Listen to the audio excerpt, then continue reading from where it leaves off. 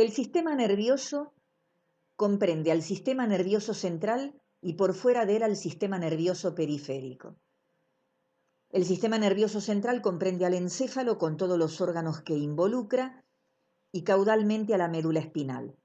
Ambos, encéfalo y médula espinal, se han formado a partir del primitivo tubo neural que se cerró el día 27 del desarrollo embrionario.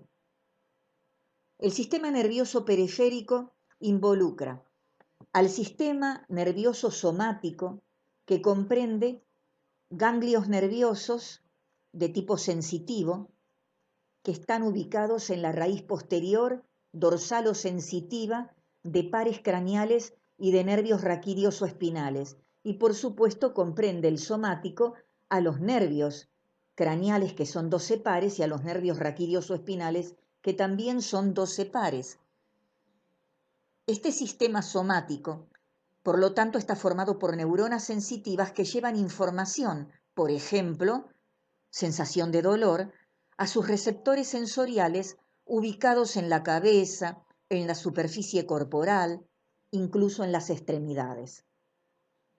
Con respecto al sistema autónomo vegetativo, es el que controla los órganos internos, la musculatura lisa y las funciones fisiológicas, como por ejemplo la digestión, y se subdivide o subclasifica en simpático, cuyos nervios y ganglios se ubican en las regiones torácica y lumbar superior, el sistema parasimpático, cuyos componentes se distribuyen o ubican en la región craneal y la región sacra.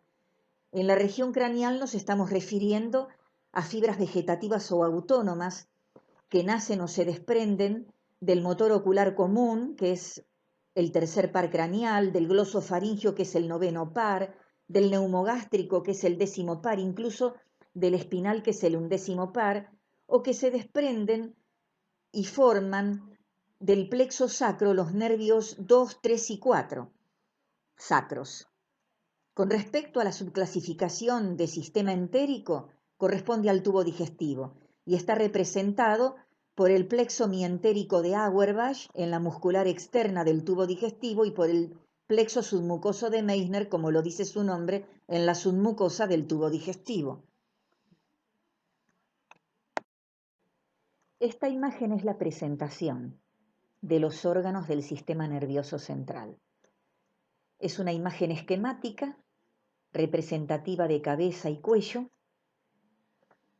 un corte sagital que nos permite ver a los órganos más importantes del sistema nervioso central y ver su primer barrera de contención, su primer elemento protector, el estuche óseo, los huesos del cráneo para el encéfalo y la columna vertebral para la médula espinal.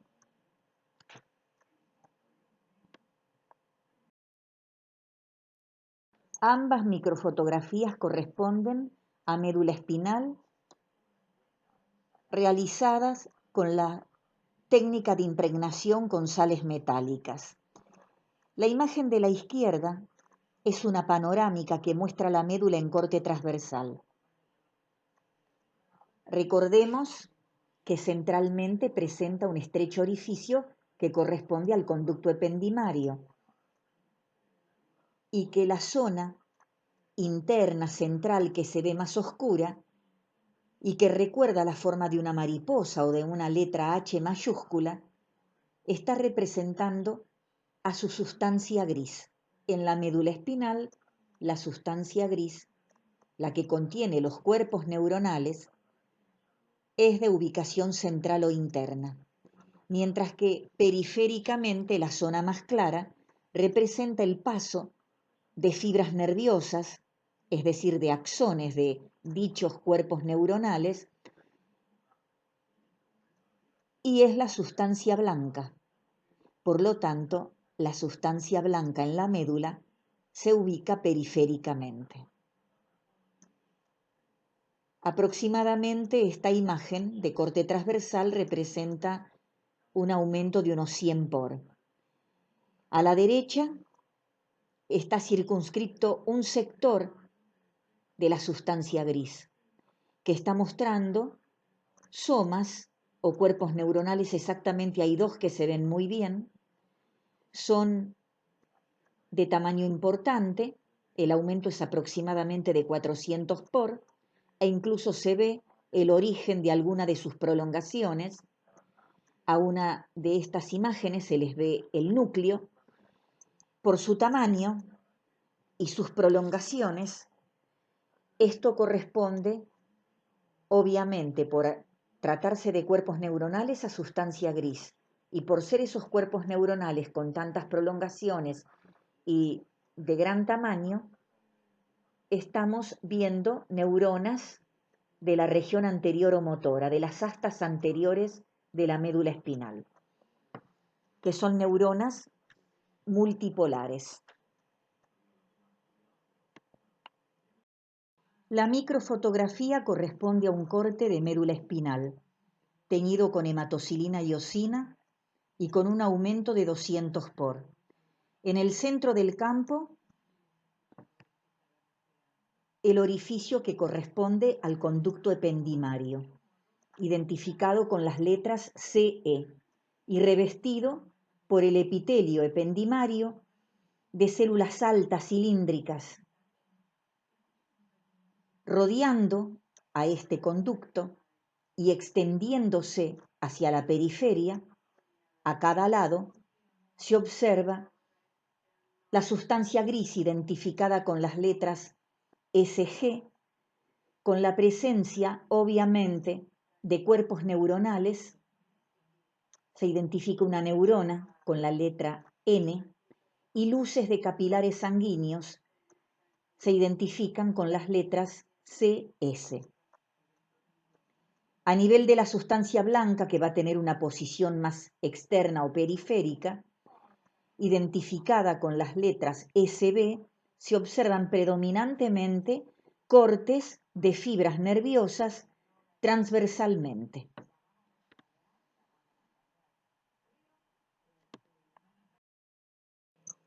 Dos microfotografías que corresponden a la observación del conducto ependimario, del conducto central de la médula espinal. La imagen de la derecha muestra parcialmente a este conducto, identificado con las letras CE y tratado con una técnica de impregnación con sales metálicas. La imagen de la izquierda es más completa, muestra al conducto ependimario en un corte transversal, se lo ve en forma completa y está teñido con hematocilina y eosina. El aumento es aproximadamente de 800 por. Las células ependimarias o ependimocitos han derivado del neuroepitelio y han sido las últimas en formarse durante el desarrollo embrionario. Forman un revestimiento simple, cilíndrico. En su superficie libre tanto pueden contar con cilias como también con microvellosidades.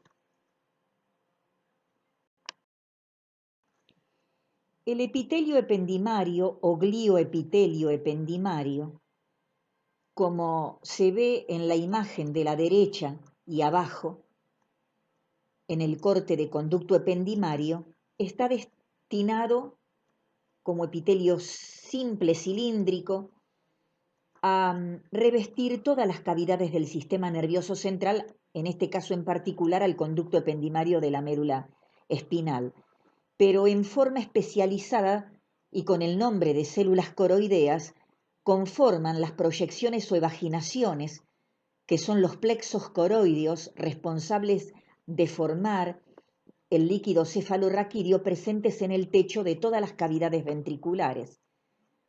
Ventrículos laterales, tercer ventrículo y cuarto ventrículo, que es como se lo observa en la imagen de la derecha arriba, donde están señalizadas estas células ependimarias especializadas que llamamos células coroideas, identificadas con las letras CC, revistiendo un mesénquima ricamente vascularizado, mesénquima que está señalizado con la letra M.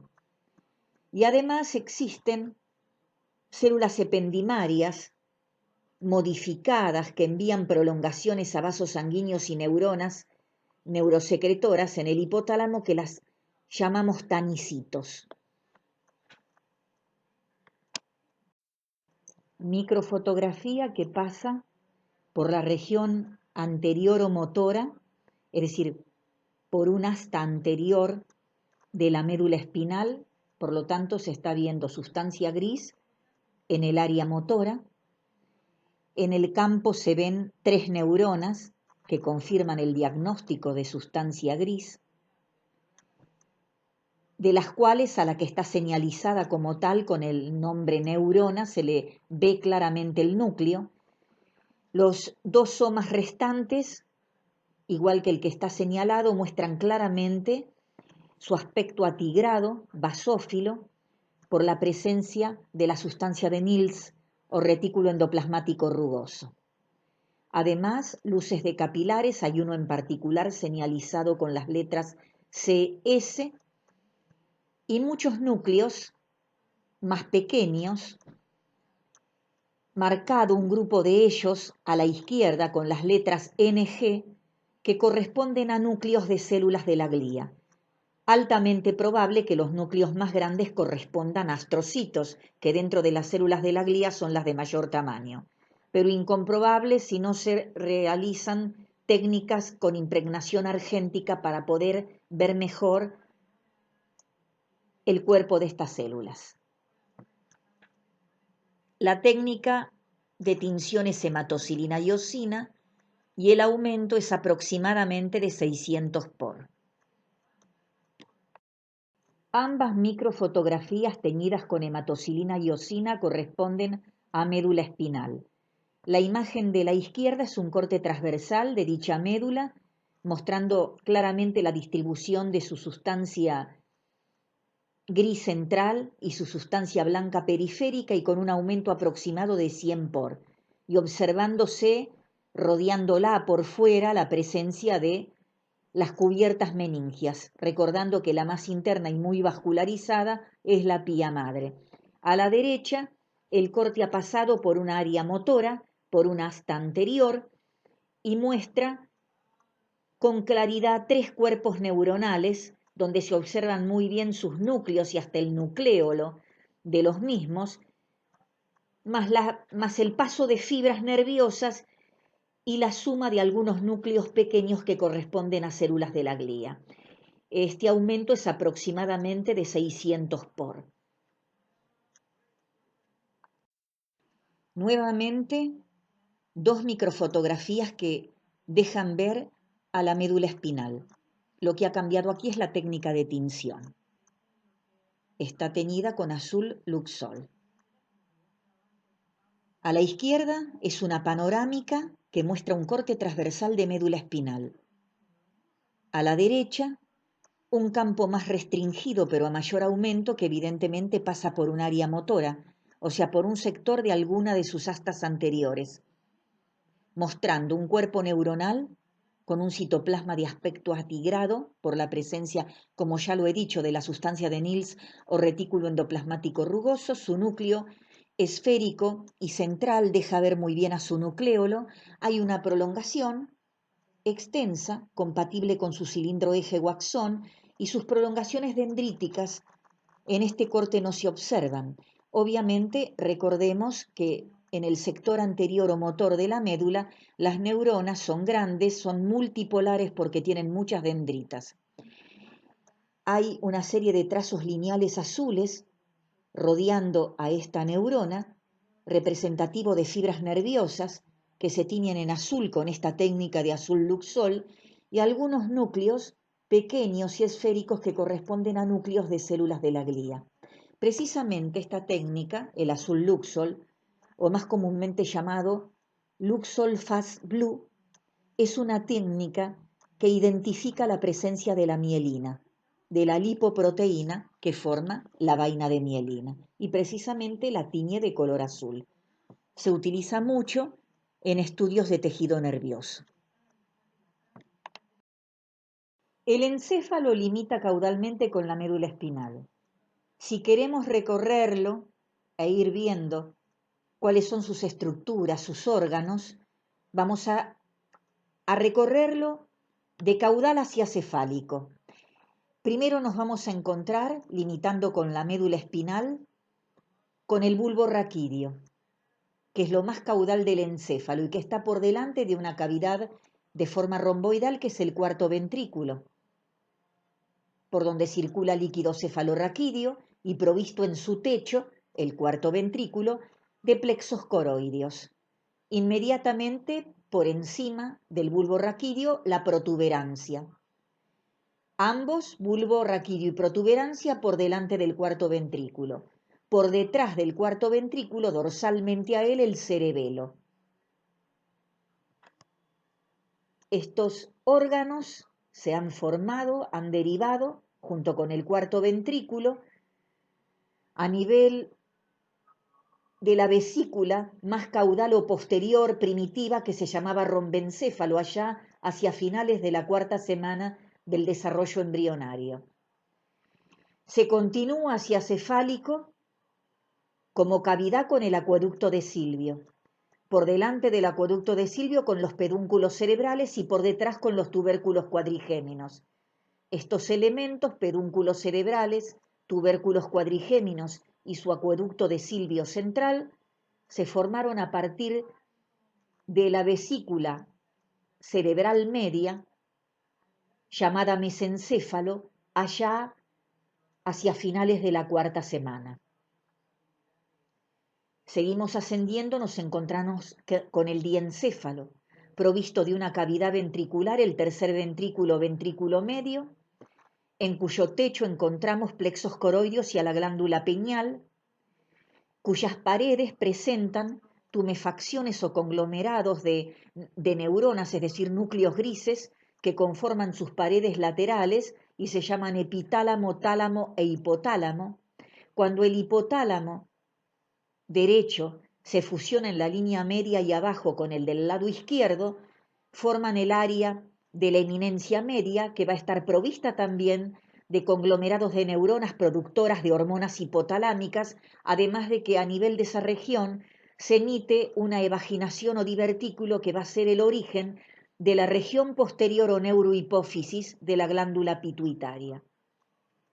Si seguimos ascendiendo, nos encontramos con el telencéfalo, es decir, con quien dio origen a los hemisferios cerebrales, también provistos cada uno de ellos, a derecha e izquierda, por cavidades ventriculares que vamos a llamar ventrículos laterales, complexos coroideos en su techo y en sus paredes laterales con las presencias de núcleos grises.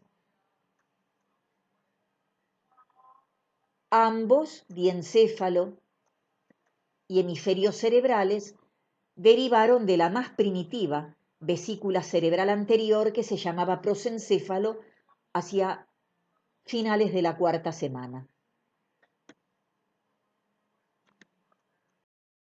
El cerebelo es el órgano de la postura y los movimientos.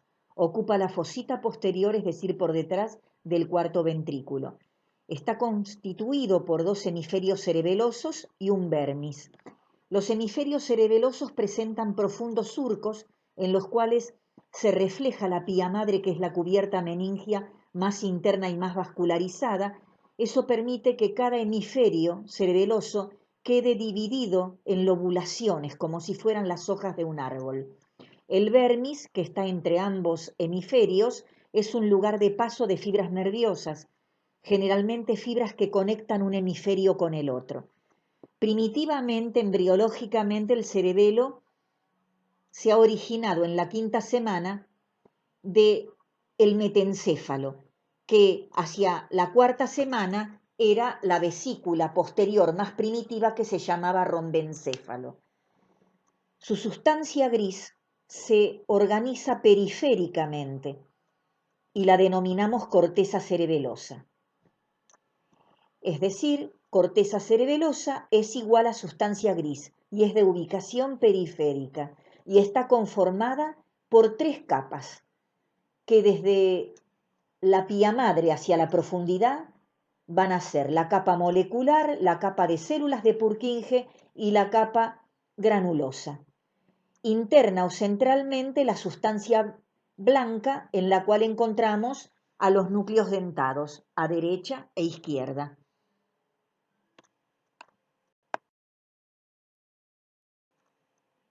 Ambas microfotografías representan al cerebelo. Están teñidas con hematocilina y eosina. En el caso de la microfotografía izquierda, es una vista panorámica que permite ver los surcos de mayor o menor profundidad que lobulan al cerebelo en cada hemisferio. Cada una de esas lobulaciones cuenta con su sustancia gris formada por 3 capas ya mencionadas, sustancia gris que está señalizada con las letras SG, y centralmente, internamente, como un pasadizo rosado eosinófilo, entre 2 zonas de capa granulosa a cada lado, tenemos a la sustancia blanca identificada con las letras SB. Con respecto a la imagen de la derecha, a mayor aumento, aproximadamente 400 por, está circunscripta a la sustancia gris o corteza cerebelosa y se observan sus 3 capas. La capa molecular, que es la más externa, señalizada con las letras CM, la capa de células de Purkinje, entre medio, señalizada con las letras CP. Podemos observar a una neurona de esa capa de células de Purkinje, a una neurona o célula de Purkinje que tiene aspecto de pera, aspecto piriforme, y que de su polo apical parten un manojo de dendritas que se ramifican y transitan por la capa molecular. Y la última capa, la que va a limitar con la sustancia blanca central, es la capa granulosa identificada con las letras CG.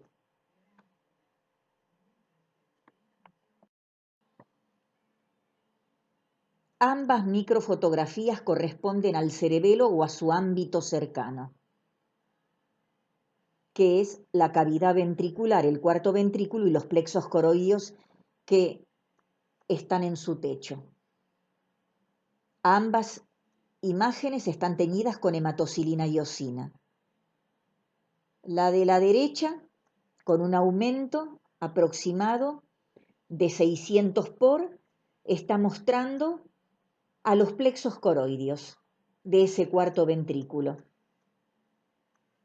Su epitelio de revestimiento, que son células ependimarias especializadas, que se llaman células coroideas, por eso están identificadas con las letras C, C, y es un epitelio cilíndrico provisto de microvellosidades, y que reviste un mesénquima identificado con la letra M y provisto de capilares sanguíneos, de los cuales incluso se observan 1 o 2 en la imagen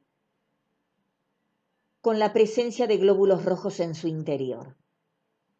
La imagen de la izquierda, en cambio, está mostrando un fragmento de la corteza cerebelosa, es decir, de su sustancia gris, la cavidad ventricular y los plexos coroideos, y el aumento es de 400 por. Con respecto a la corteza cerebelosa o sustancia gris, se observan sus 3 capas, y precisamente la capa granulosa es la más basófila, con un intenso puntillado basófilo que corresponde a los núcleos de una de sus 2 tipos de neuronas, de las células de los granos, neuronas muy pequeñas, con escaso citoplasma y núcleo hipercromático que, por ser numerosas y por la proximidad de las mismas, por sumatoria de imágenes nucleares, le dan esa gran basofilia.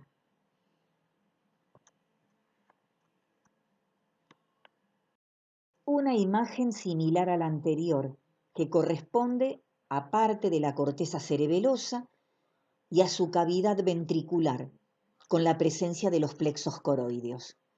A la derecha de la imagen, precisamente, separadas por un profundo surco, se ven dos lobulaciones de esta región periférica cerebelosa.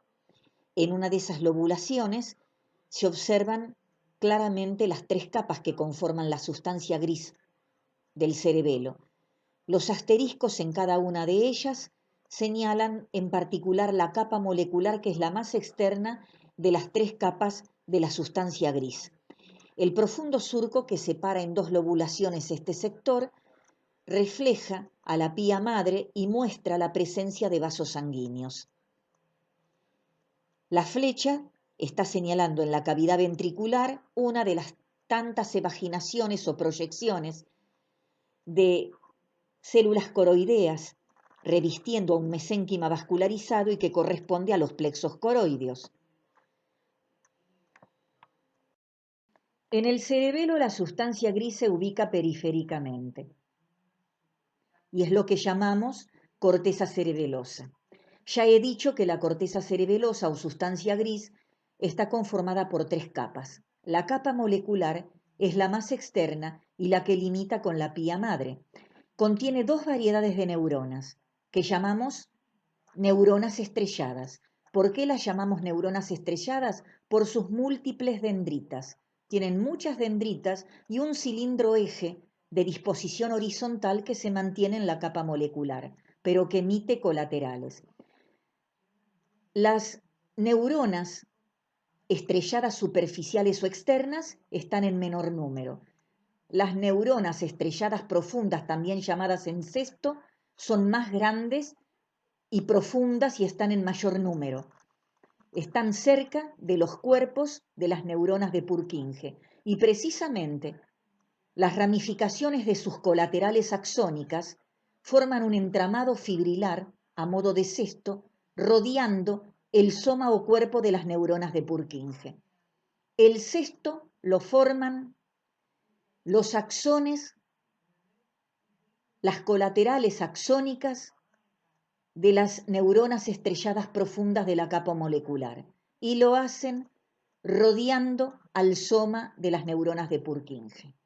También encontramos células de la glía, astrocitos de Berman, que son astrocitos por supuesto protoplasmáticos, como en toda sustancia gris, pero que llevan el nombre de quien los estudió, oligodendrocitos y microgliocitos. Además, fibras trepadoras que provienen del bulbo raquídeo, exactamente de las olivas vulvares, de sus núcleos grises. Son aferentes que provienen del bulbo raquídeo, pero también podría haber aferentes que llegan a la corteza cerebelosa, su capa molecular, desde la corteza cerebral, desde la médula espinal, desde la protuberancia. También transitan por la molecular el manojo de dendritas que salen del polo superior o apical de las neuronas de Purkinje, y también llegan y transitan por la molecular los axones ascendentes de las neuronas de la capa granulosa, de las células de los granos o granulares. A continuación de la capa molecular en la corteza cerebelosa, es decir, por dentro de la capa molecular, nos encontramos con la capa de Purkinje. Esta capa está formada por los somas o cuerpos de las neuronas de Purkinje a intervalos regulares. ¿Por qué por sus somas?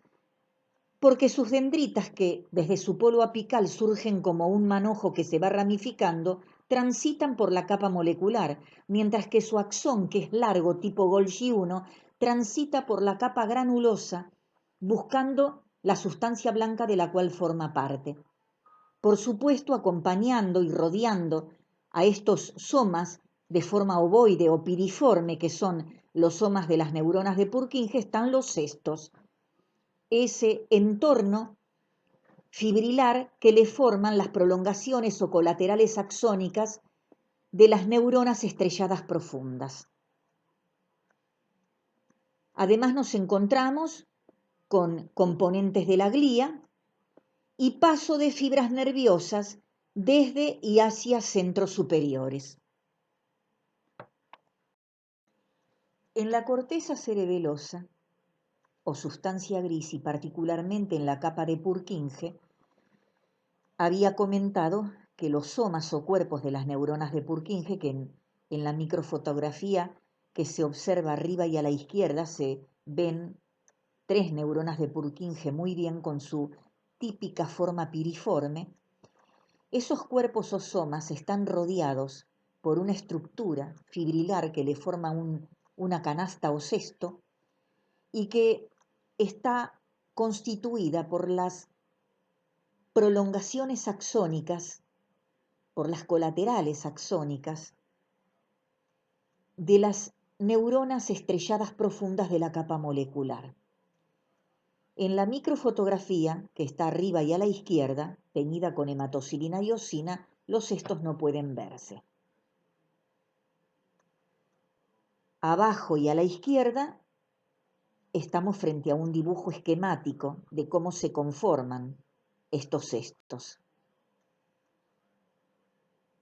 Pero en la microfotografía de la derecha, y utilizando técnicas de impregnación con sales de plata, sí se pueden observar la conformación de estos cestos.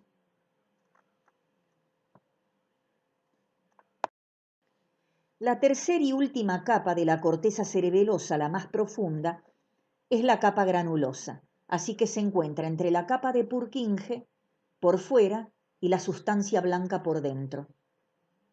Es incluso la capa más basófila de la corteza cerebelosa, y esto se debe a una de las variedades de neuronas que contiene, a las más numerosas, que son las neuronas granulosas o células de los granos, que son muy pequeñas y abundantes, tienen un soma de apenas 4 a 5 micrómetros de diámetro, escaso citoplasma con núcleo hipercromático, y sus dendritas, en número de 4 a 6, se quedan en la capa granulosa, mientras que la axón es ascendente y transita por la capa molecular. Además, tenemos otro tipo de neuronas que son las neuronas de Golgi. De Golgi 1 las que tienen axón largo y de Golgi 2 las que tienen axón corto. Están presentes las dos variedades. También encontramos células de la neuroglia, encontramos fibras aferentes que provienen de la protuberancia y que se llaman fibras musgosas. Encontramos los glomérulos cerebelosos, que son áreas o territorios desprovistos de núcleos donde se reúnen las dendritas de las células granulosas, los axones de las células de Golgi tipo 2 y las terminales de las fibras musgosas. Es obvio que en el caso de las neuronas tipo Golgi 2 que participan en la formación de los glomérulos cerebelosos, su axón es corto y se quedan en la capa granulosa, mientras que las neuronas de Golgi tipo 1 que tienen axón largo, ese axón largo atraviesa toda la granulosa y va a formar parte de la sustancia blanca, junto con los axones de las neuronas de Purkinje. Y además, por supuesto, por esta capa hay paso de fibras, en un sentido o en otro. Microfotografía de la corteza cerebelosa, teñida con hematocilina y osina y un aumento aproximado de 1000 por. Si bien arriba y a la izquierda estamos viendo parte del soma de una neurona de Purkinje, básicamente la imagen es para mostrar la capa granulosa, señalando a sus dos tipos de neuronas. Hay un franco predominio de las neuronas o células granulosas o células de los granos, con su núcleo esférico hipercromático que hace a la basofilia de la capa, y se señala el soma de una neurona de Golgi.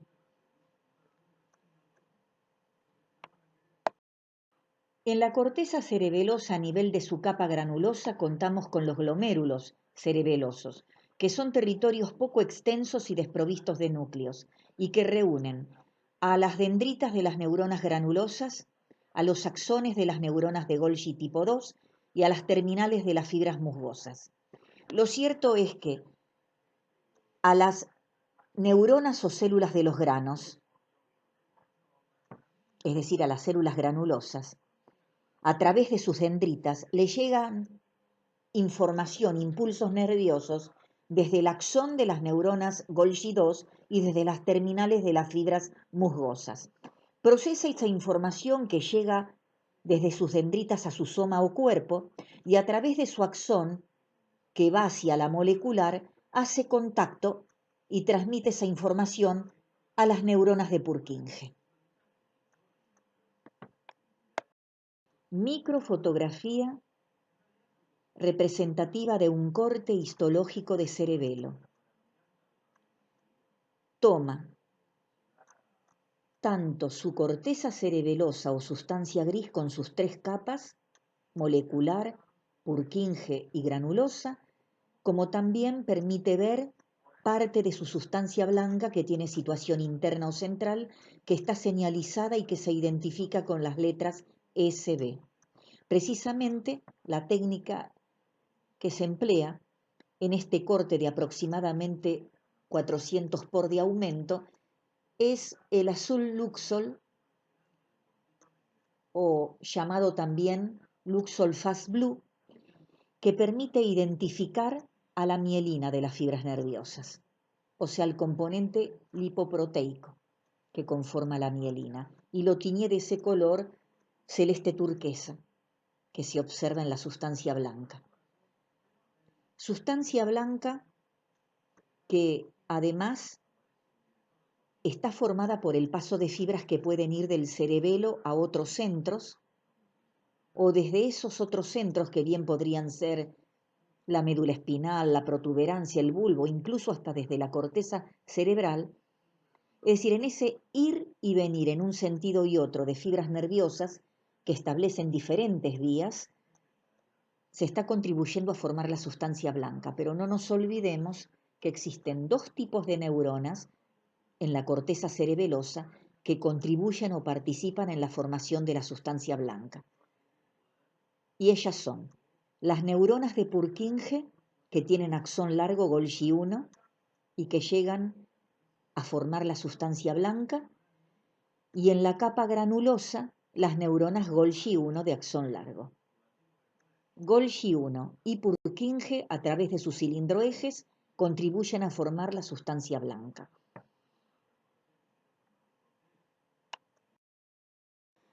¿Qué se entiende por tallo o tronco encefálico?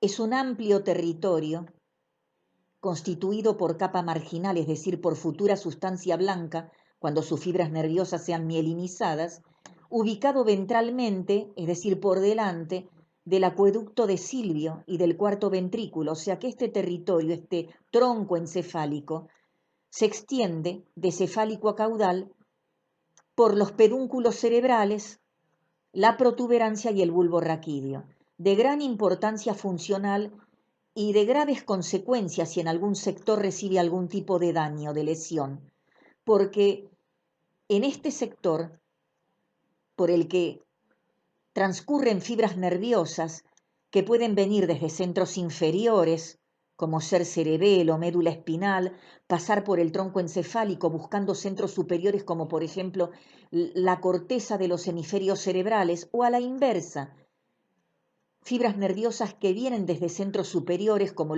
los hemisferios cerebrales o algún sitio del diencéfalo, terminan en algún sector del tronco encefálico o se dirigen hacia médula espinal o cerebelo, es decir, que de alguna manera conformarán diferentes vías nerviosas, pues a lo largo de este territorio se van a ir escalonando desde caudal acefálico, desde el bulbo raquídeo hacia arriba, hacia los pedúnculos cerebrales, los núcleos de origen, los núcleos grises que dan origen a la mayoría de los nervios craneales, de los pares de nervios craneales.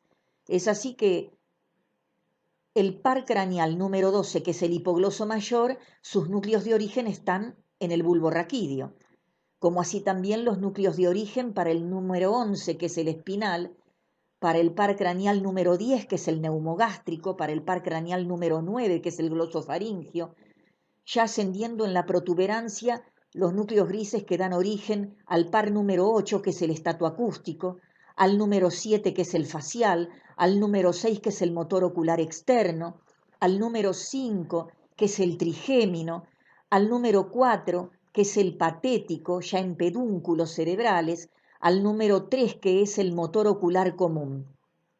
De manera tal que el tronco encefálico o tronco cerebral es el territorio que comprende a pedúnculos cerebrales, a protuberancia y a bulbo raquídeo. Sistema nervioso central, región caudal del encéfalo. La imagen muestra, con la técnica de azul Luxol y violeta de Cresilo, arriba parte del cerebelo de 3 de sus lobulaciones mostrando su corteza cerebelosa o sustancia gris, la cavidad ventricular, es decir, el cuarto ventrículo con la presencia de plexos coroideos, y por debajo parte del bulbo raquídeo y de la protuberancia, es decir, parte del tronco encefálico. El diencéfalo, del que ya he hablado en la clase de desarrollo de sistema nervioso y también en la clase de sistema endocrino, recordemos que deriva de la primitiva vesícula encefálica anterior allá por la 5ª semana del desarrollo embrionario, que se llamaba prosencéfalo. El diencéfalo cuenta con una cavidad central o ventrículo medio, también llamado tercer ventrículo, el cual tiene un techo y paredes laterales, a derecha e izquierda. En el techo del tercer ventrículo, ventrículo medio, encontramos los plexos coroideos, que contribuyen a aumentar el volumen productivo de líquido cefalorraquídeo, y más caudalmente en ese techo, limitando con el área de los pedúnculos cerebrales, una pequeña glándula neuroendocrina productiva bajo el estímulo de la oscuridad, que es la pineal, productora de melatonina a partir de la serotonina, que tiene tanto que ver con nuestro ritmo circadiano, con el sueño, con la vigilia. Luego las paredes laterales a cada lado, donde encontramos 3 formaciones que se escalonan de cefálico a caudal y que corresponden a núcleos grises, a conglomerados de neuronas. De cefálico a caudal van a ser el epitálamo, el tálamo y el hipotálamo. El epitálamo está íntimamente relacionado con la pineal a cada lado y contribuye a formar el techo de ese tercer ventrículo. El tálamo es un núcleo grande, un centro de referencia, porque por él pasan en un sentido y en otro fibras nerviosas que están relacionando centros corticales con centros subcorticales. Y con respecto al hipotálamo, del que más hemos hablado en las diferentes clases, el hipotálamo derecho y el izquierdo, hacia abajo y en la línea media, se fusionan en el área que vamos a conocer como eminencia media.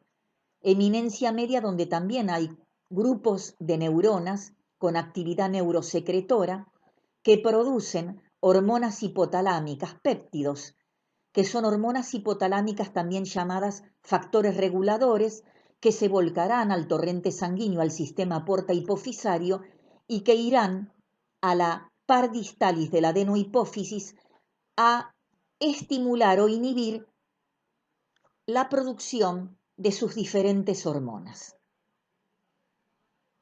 Además, en el hipotálamo contamos con los núcleos supraóptico y paraventricular, que también neurosecretan las hormonas antidiurética o vasopresina. La antidiurética, como tal, actúa a nivel del nefrón distal, regulando la cantidad de agua que va a formar parte de la orina y la que se devuelve al torrente sanguíneo, la que se reabsorbe. Y como vasopresina actúa estimulando la contracción del músculo liso de los pequeños vasos sanguíneos. La otra hormona que producen estos núcleos supraóptico y paraventricular del hipotálamo es la oxitocina, que actúa sobre las células musculares del miometrio en el útero o también sobre las células mioepiteliales en la glándula mamaria. Pero además, en el área del hipotálamo encontramos muchos grupos de neuronas, muchos núcleos grises que controlan funciones neurovegetativas importantes, porque aquí está el centro de la temperatura corporal, respiratorio, centros que controlan el hambre, la saciedad, la conducta emocional, entre otros.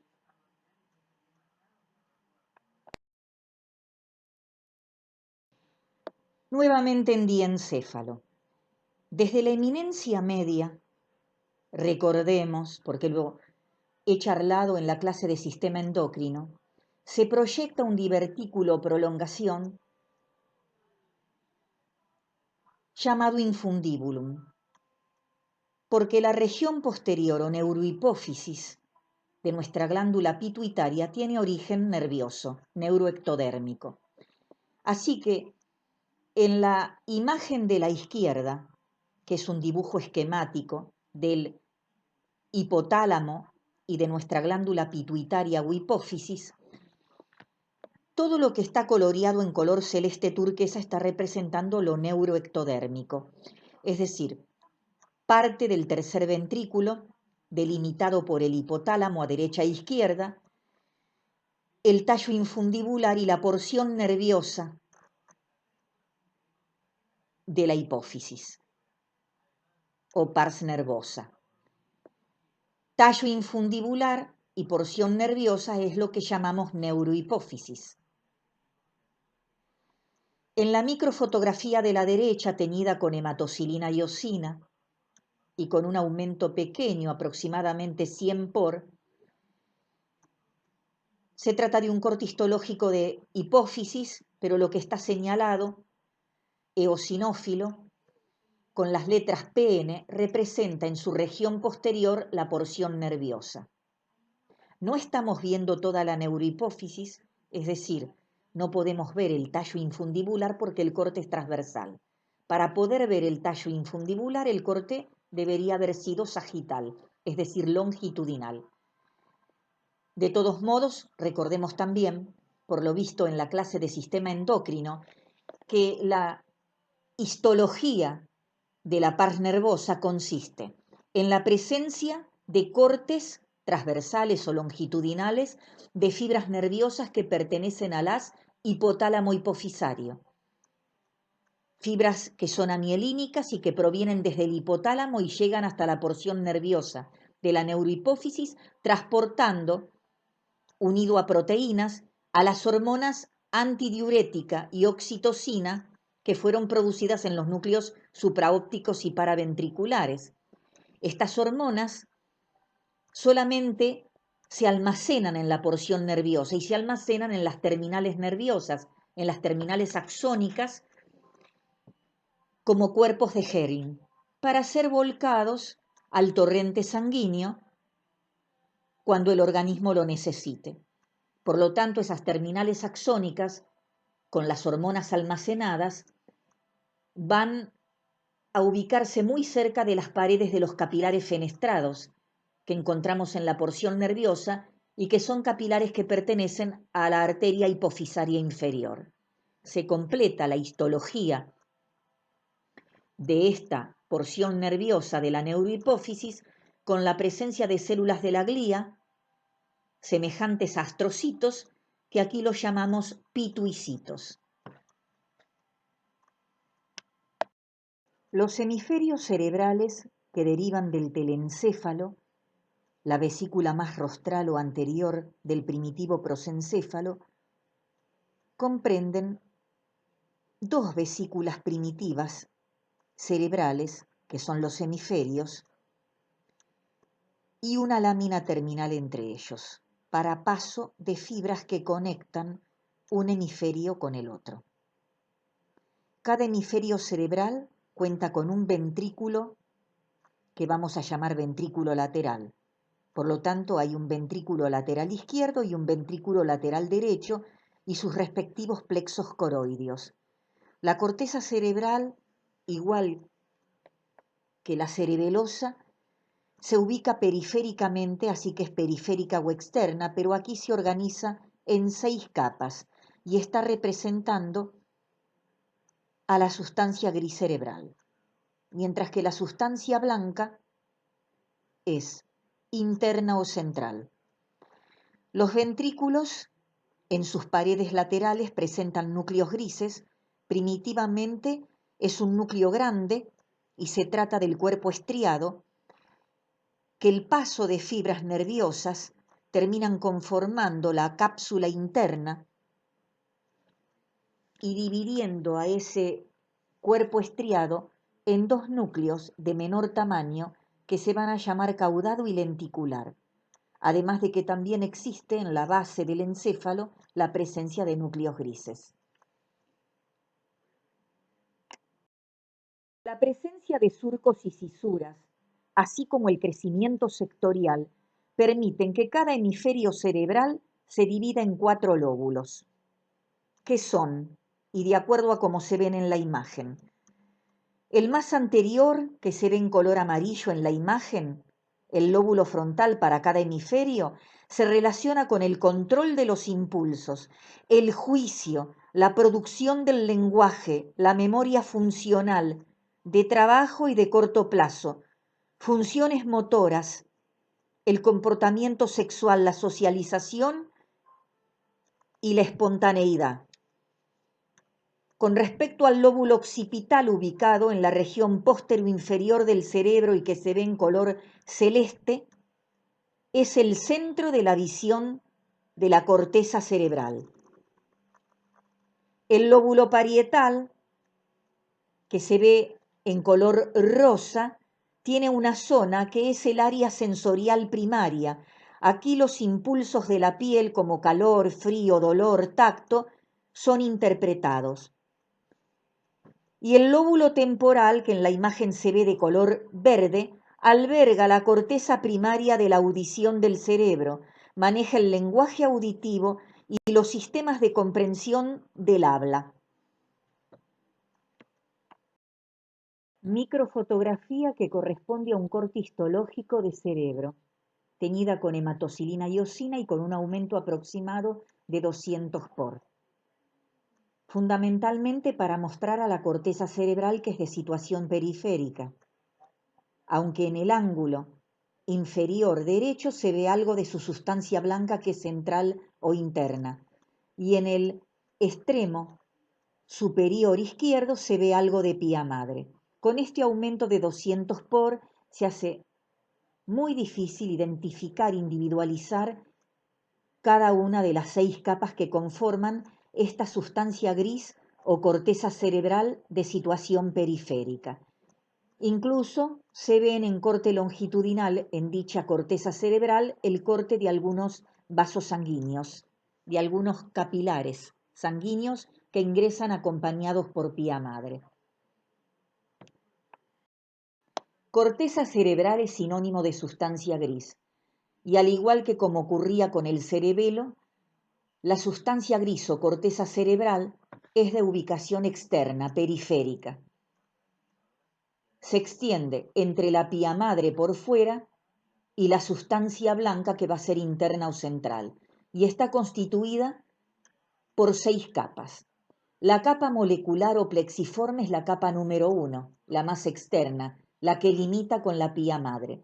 En esta capa molecular o plexiforme encontramos neuronas horizontales de Cajal, penachos dendríticos de neuronas piramidales de la capa siguiente, que es la capa granulosa externa, axones de neuronas de Martinotti, que son neuronas de integración vertical, y dendritas de neuronas fusiformes. Las neuronas fusiformes tienen su cuerpo soma en la capa número 6.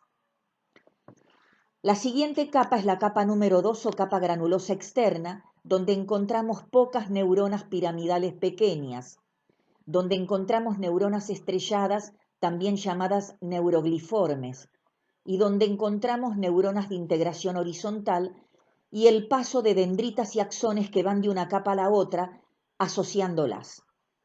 La capa número 3 es la capa piramidal externa.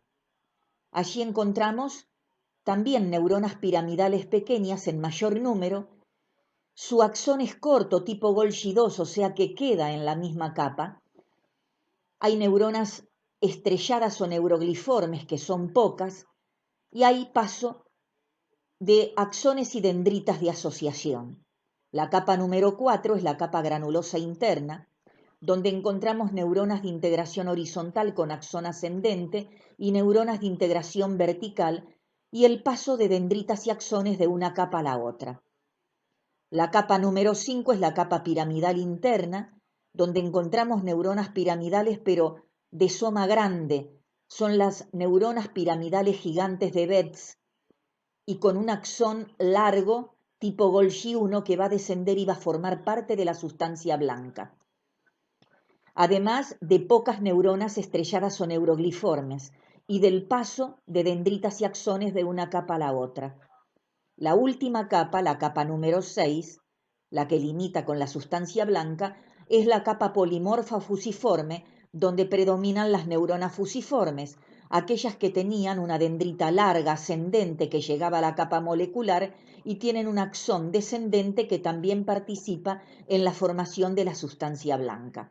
Además, aquí también encontramos neuronas de Martinotti que eran de integración vertical con el axón ascendente y neuronas piramidales pequeñas, además de pocas neuronas neurogliformes o estrelladas.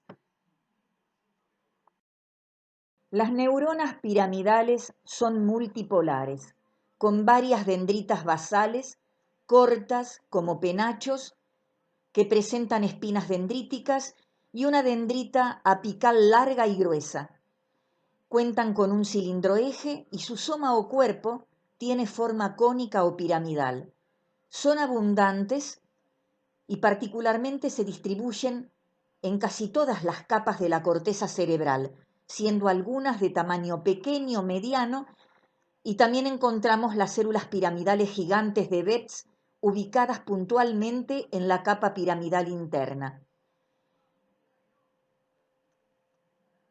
Pero también se las encuentra en núcleos del sistema límbico, como son la amígdala cerebral, en la profundidad de los lóbulos temporales, y en el hipocampo, pequeño órgano dentro de cada lóbulo temporal. Son las células piramidales las fuentes primarias de excitación en la corteza prefrontal, es decir, con la región cerebral involucrada en el comportamiento cognitivo, es decir, de la expresión de la personalidad, el proceso de la toma de decisiones, el adecuamiento del comportamiento social en cada momento. Estas neuronas piramidales conforman un sistema que funcionalmente ejerce el control motor. Las neuronas neurogliformes también se llaman neuronas estrelladas, precisamente por el aspecto que le dan sus múltiples dendritas, o sea, son neuronas multipolares.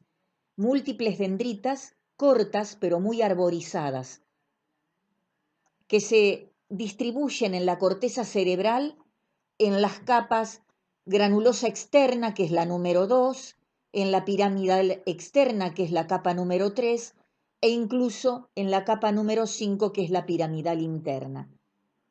Su cuerpo o soma es muy pequeño y son equivalentes a las células de los granos de la capa granulosa en el cerebelo. Las séptimas arterias intersegmentarias, ramas de la aorta dorsal, a derecha e izquierda, generan a ambas arterias vertebrales, que ascienden por dentro de las carótidas internas. Las carótidas internas, recordemos, se forman a partir de las aortas dorsales y del tercer par de arcos aórticos. Volviendo a las arterias vertebrales, en el área cervical se fusionan para formar la arteria basilar, es decir, un tronco único, que asciende por el encéfalo dando ramas, entre ellas para la protuberancia y para el cerebelo. y ante un complejo de uniones comunicantes, que son ramas de las arterias cerebrales anterior, medias y posterior, generadas por carótida interna y por el tronco basilar, se forma un anillo vascular, el polígono de Willis, de forma hexagonal, importantísimo porque es el que nutre, el que oxigena a los tejidos del encéfalo, el que permite que la sangre se distribuya a cualquier parte de ambos hemisferios cerebrales. En imagen, un ganglio nervioso representativo del sistema nervioso periférico y en particular representativo del sistema nervioso autónomo o vegetativo, cuyos cuerpos o somas neuronales son grandes y multipolares. A la izquierda, la imagen panorámica del ganglio nervioso con la técnica tricrómica de Mallory-Hassan y un aumento de 100 por. En la misma se señalan neuronas, la cápsula que recubre a todo el ganglio y nervios que probablemente representen a la rama postganglionar. A la derecha, un campo más restringido pero a mayor aumento con la misma técnica de coloración y un aumento de 600 por, se observa en primer plano una neurona ganglionar con su núcleo y nucléolo, con depósitos de lipofucsina en color pardo y rodeando al soma núcleos pertenecientes a las células satélites. La imagen representa un corte histológico de un ganglio nervioso del sistema nervioso autónomo. El aumento es de 1000 por y la técnica de tinción es la técnica tricrómica de Gomori. Estamos viendo varios cuerpos neuronales, varios somas de gran tamaño, obviamente neuronas multipolares, como ya lo dije. La flecha negra se está señalando como parte del estroma de este ganglio, su cápsula, que se ve teñida en color verde con el colorante verde luz. La cabeza de flecha señala el núcleo de una célula satélite en particular. Recordemos, son células bajas cúbicas que rodean a modo de pared al cuerpo de las neuronas.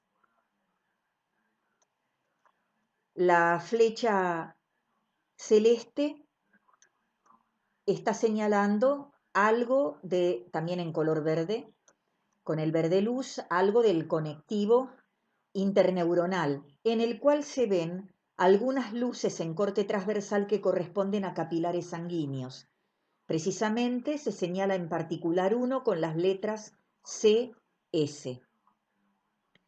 Obviamente que los asteriscos simplemente están marcando tal vez las dos neuronas ganglionares que mejor se ven, con imágenes nucleares y nucléolos muy nítidos.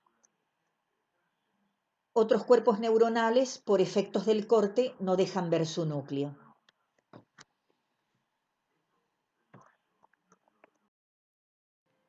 La microfotografía corresponde a intestino delgado, a yeyuno y particularmente pasa por su capa muscular externa.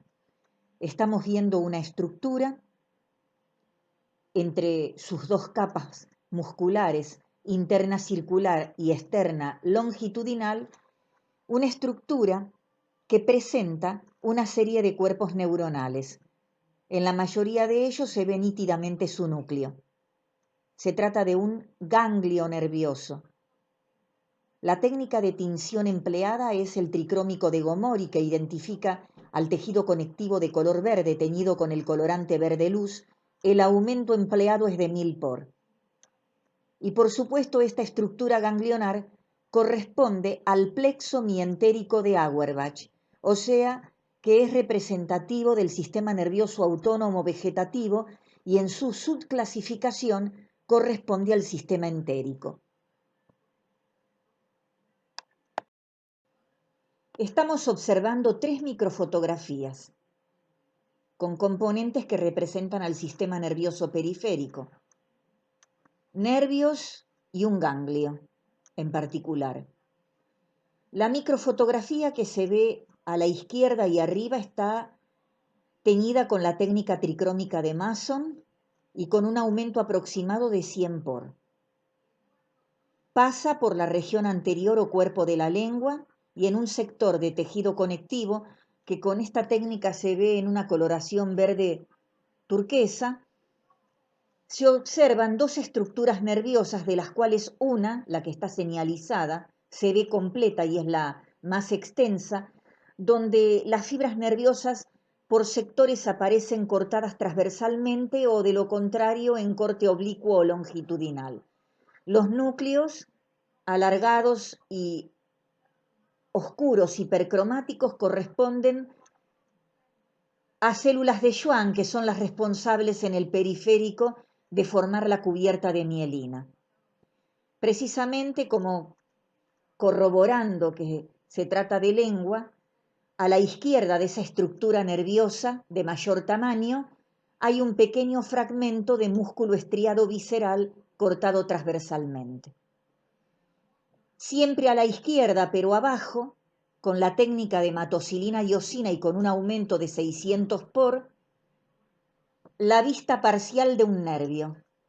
Se ve periféricamente parte de su epineuro, que es tejido conectivo denso no modelado y que se ve teñido con eosina, y por dentro de él varias fibras nerviosas en corte transversal, donde el círculo central más oscuro representa el axón con su axolema y el halo blanco o vacío que lo rodea es el sitio que ocupaba la mielina y que se disolvió en los pasos de la técnica histológica al ser el tejido sometido a alcoholes y a solventes.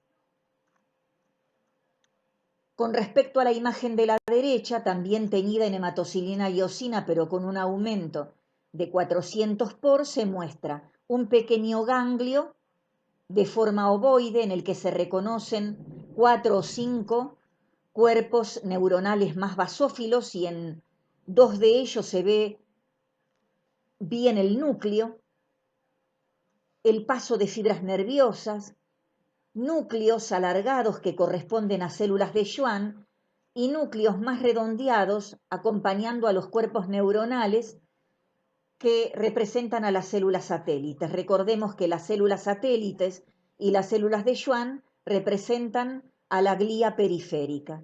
A un costado, a la izquierda de ese ganglio, el corte de un nervio, de una fibra nerviosa, imposible reconocer si es pre o postganglionar.